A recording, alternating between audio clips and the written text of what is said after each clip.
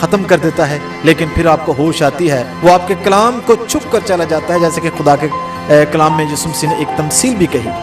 تو اسی طرح شیطان جو ہے وہ آپ کے ذہن پر قبضہ کرتا ہے، جس طرح اس نے اماں حوا کے ذہن پر قبضہ کیا، آدم کے ذہن پر قبضہ کیا اور ان کو الجھایا۔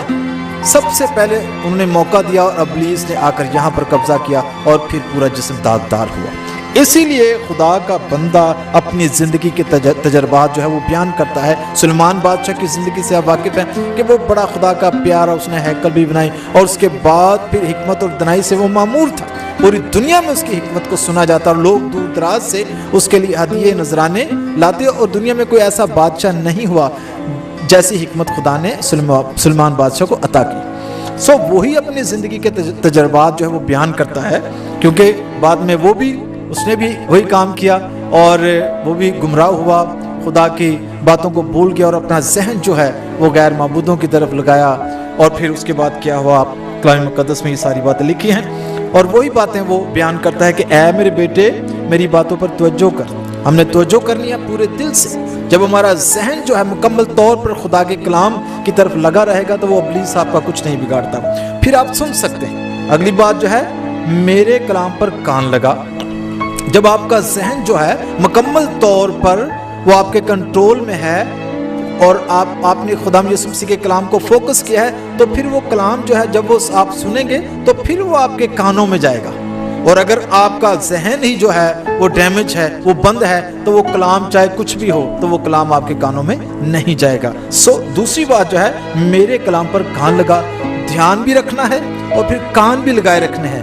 پھر وہ کلام جو ہے وہ آپ کے اندر جائے گا۔ یہ جو ہمارے دو کان ہیں خدا نے ہمیں سننے کے لیے دیا ہے۔ ایمان سننے سے پیدا ہوتا ہے اور سننا مسیح کے کلام سے۔ تو خدا کا کلام کہتا ہے کہ میرے کلام پر کیا کر، کان لگا۔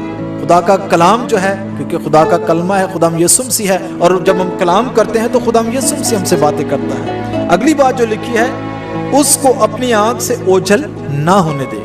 یہ کیسی خوبصورت بات ہے کہ ہم ہر پل جب ہمارے ذہن میں خدا کا کلام بھرا ہوگا تو ہم خدا کے کلام کو بڑے غور سے سن بھی سکیں گے، ہم سمجھ بھی سکیں گے، اور اس کے بعد کیا ہے، سارا دن وہ کلام جو ہے وہ ہماری آنکھوں کے سامنے رہے گا۔ جیسا کہ ہم فلم دیکھتے ہیں، بار بار ہم ٹی وی دیکھتے ہیں، ہر روز ہم گھنٹوں ٹی وی کے آگے بیٹھے رہتے ہیں، گھنٹوں ہم خبریں سنتے ہیں، ڈرامے دیکھتے ہیں، اور وہی منظر، وہی خیالات، وہی فلمی مناظر ہماری آنکھوں کے آگے رہتے ہیں۔ کیوں کہ ہمارا ذہن ٹی وی کی طرف، ہمارا ذہن خبروں کی طرف، وہ ہمارے کانوں میں باتیں جاتی ہیں، وہ ہمارے کانوں کے اندر جب باتیں جاتی ہیں تو وہی پھر سارے واقعات جو میری آنکھوں کے سامنے رہتے ہیں۔ لیکن اگر ہم خدا کا کلام سنیں گے، اپنی توجہ خدا کی طرف لگائیں گے، ہمارے کانوں میں خدا کا کلام جائے گا، اور وہ مناظر جو ہیں، وہ مناظر ہماری آنکھوں کے سامنے رہیں گے جو خدا کے بندوں نے کلام مقدس میں بیان کیے ہیں۔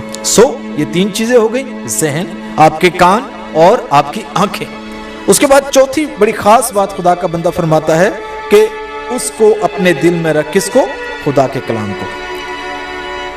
کیونکہ خدا کا بندہ فرماتا ہے کہ اپنے دل کی خوب حفاظت کر، اور دل کو ہلے باز بھی کہا گیا ہے۔ دل جو ہے وہ ہلے بازی کرتا ہے۔ آپ نے دیکھا کہ بہت سارے لوگ جو ہیں وہ کیا کرتے ہیں، ان کے دل جو ہیں، کسی کا نشے پہ لگا ہوا ہے، کسی کا ناچ رنگ میں لگا ہوا ہے، کسی کا کسی اور طرف لگا ہوا ہے۔ اسی لیے خدا کا بندہ فرماتا ہے کہ اس کو اپنے دل میں رکھ، کس کو اپنے دل میں؟ خدا کے کلام کو، یسوع کو۔ ہم نے یسوع کو اپنے دل میں رکھنا ہے۔ جب ہم یسوع کو اپنے دل میں رکھیں گے، خدا کا کلام فرماتا ہے کہ آپ کا دل جو ہے وہ خدا کی ہیکل ہے۔ جب ہماری ہیکل کے اندر، ہمارے دل کے اندر یسوع آ جائے گا تو پھر ابلیس کا وہاں کوئی کام نہیں، پھر بیماری کا وہاں کوئی کام نہیں۔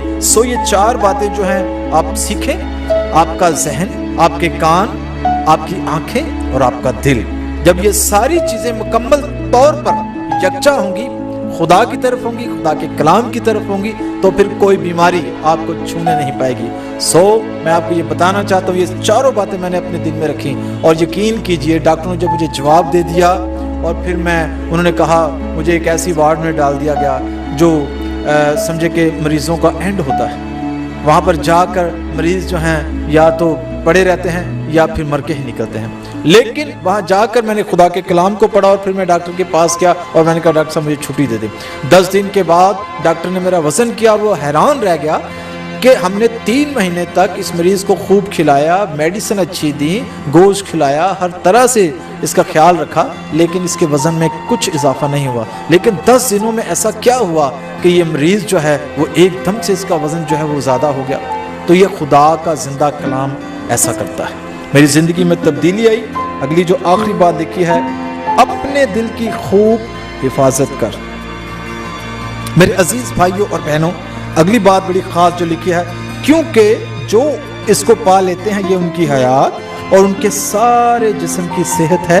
اپنے دل کی خوب حفاظت کر کیونکہ زندگی کا سرچشمہ وہی ہے۔ میرے عزیزو، جب ہم خدا کے کلام کو پا لیتے ہیں مکمل طور پر وہ ہمارے اندر سما جاتا ہے۔ جب ہمارے دل میں خدا ہوتا ہے تو پھر ابلیس کا کوئی کام نہیں کہ وہ آپ پر حملہ کرے، پھر ابلیس کا کوئی کام نہیں کہ وہ آپ کے اوپر کوئی بیماری بھیجے۔ آپ تندرست اور توانا خدا کی خدمت کرتے ہیں، دن رات پھر آپ اس کے کام میں لگے رہتے ہیں اور پھر ہر بیماری سے آپ آزاد ہوتے ہیں، ہر پریشانی سے آپ آزاد ہوتے ہیں۔ سو میرے عزیز بھائیوں اور بہنوں، امثال 4 باب اور اس کی 20 آیت سے لے کر 24 آیت تک روزانہ اس کو پڑھیں اور اپنے آپ کو کلام کے لیے وقف کر دیں۔ صبح شام خدا کو یاد کریں اور خدا آپ کے گھر میں ڈھیروں برکات نازل کرے گا، کیونکہ اکثر ہمارے گھروں کا جو شرازہ ہے بکھرا ہوتا ہے، وہ اس لیے کہ ہم اکٹھے نہیں بیٹھتے۔ قدورتیں بڑھتی ہیں، باپ علیحدہ دعا کرتا ہے، ماں علیحدہ دعا کرتی ہے، بیٹا علیحدہ دعا کرتا ہے، اور پھر یہ جو ایک خاندانی زندگی ہے وہ بکھر جاتی ہے۔ سو ہم نے خاندانی زندگی کو یکجا کرنا ہے، اور یکجا کیسے کرنا ہے؟ خدا کے اس زندہ کلام کو پڑھ کر ہم ایک ہو جائیں۔ آج وقت ہے، قدورتیں ختم کر دیں اور اپنے آپ کو یکجا کریں اور خدا کے کلام کے مطابق زندگی گزاریں، اور دیکھیے گا کہ خدا آپ کے گھروں میں کس طرح برکتیں نازل کرتا ہے۔ سو خدا اس کلام کے وسیلے سے آپ کو بڑی برکت دے، تاکہ آپ خدا کے کلام کو دن رات پڑھیں اور تر و تازگی حاصل کرتے چلے جائیں۔ خدا ان کے کلام کے پڑھے اور سنے جانے پر خدا ان کی برکت ہو۔ God bless you.